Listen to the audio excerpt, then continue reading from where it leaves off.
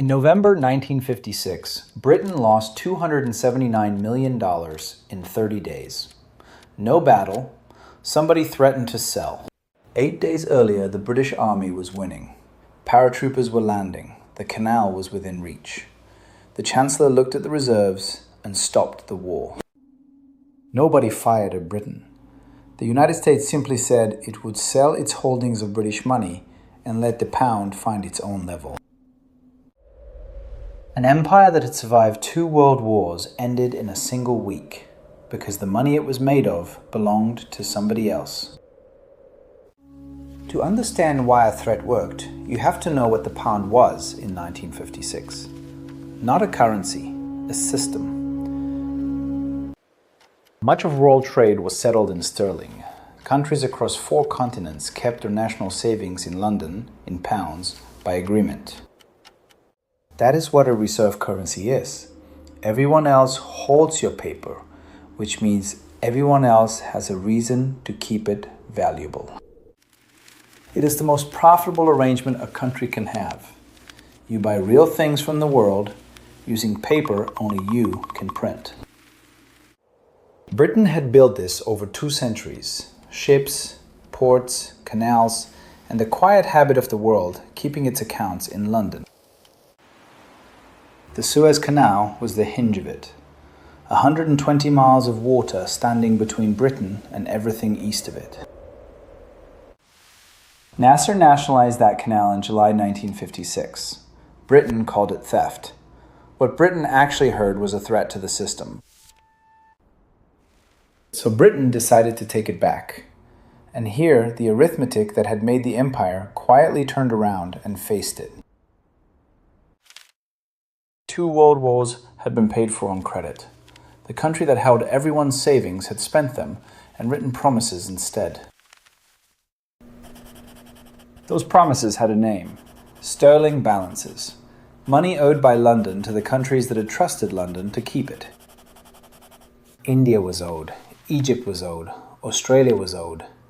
The empire was not Britain's wealth by then. It was Britain's debt. A reserve currency works on confidence, and confidence is not a feeling. It is a cue that has not started moving yet. Every holder of pounds could ask for dollars or gold instead. Britain did not have enough. It never needed to until asked. That is the trap under every reserve currency. The privilege and the vulnerability are the same fact, seen from 2 directions. London knew this. The reserves were watched weekly, like a patient's chart, because the whole arrangement rested on nobody looking worried. And then Britain sent an army to a canal, on a pretext the world could see through, without telling Washington first. The Americans were not persuaded by the war. They were something more dangerous to a debtor. They were unbothered by it. Because the United States was holding a very large quantity of British paper, and it mentioned quietly that it might sell. The invasion began on the 31st of October. Within days, sterling was being sold in every market that traded it. Britain's reserves are the only thing keeping the pound at its fixed value. Every sale of sterling takes a bite out of them. Macmillan, the Chancellor, went to the International Monetary Fund for a loan. The money existed. Britain qualified. The answer was no. Washington had blocked it. Not refused, blocked. And the condition was stated plainly: there would be no loan without a ceasefire. The United States Treasury also let it be known that it might sell its own holdings of British government bonds. That would have finished the pound. Macmillan told his colleagues what that meant. Britain would not be able to import the supplies needed to feed its own population. Not lose a war, not lose a colony. Run out of the ability to buy food because a friend had stopped agreeing.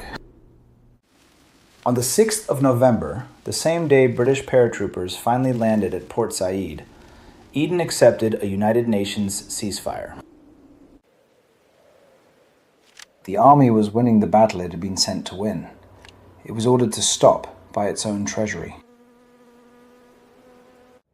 In that single month, Britain's reserves fell by $279 million. Macmillan reported the figure to Parliament himself. He also told the House something more important. The losses had not been caused by any weakness in Britain's trade. British exports were fine. British industry was fine. The country was solvent. It simply held a currency other people had stopped wanting. That is the whole lesson, and it is the one people miss. Reserve status is not earned annually, it is lent by others. Britain drew $561 million from the fund, 4 times larger than any drawing any nation had ever made. The withdrawal finished on the 22nd of December. The canal stayed Egyptian. Eden resigned in January. Nothing was won. What had actually happened was a transfer, not of territory, of the right to have your paper held by everybody else. The dollar did not win at Suez. It simply became the only thing left that everyone still agreed to hold. Britain's empire did not end in a battle. It ended in a ledger, over a number read aloud in Parliament. Every reserve currency is held on loan.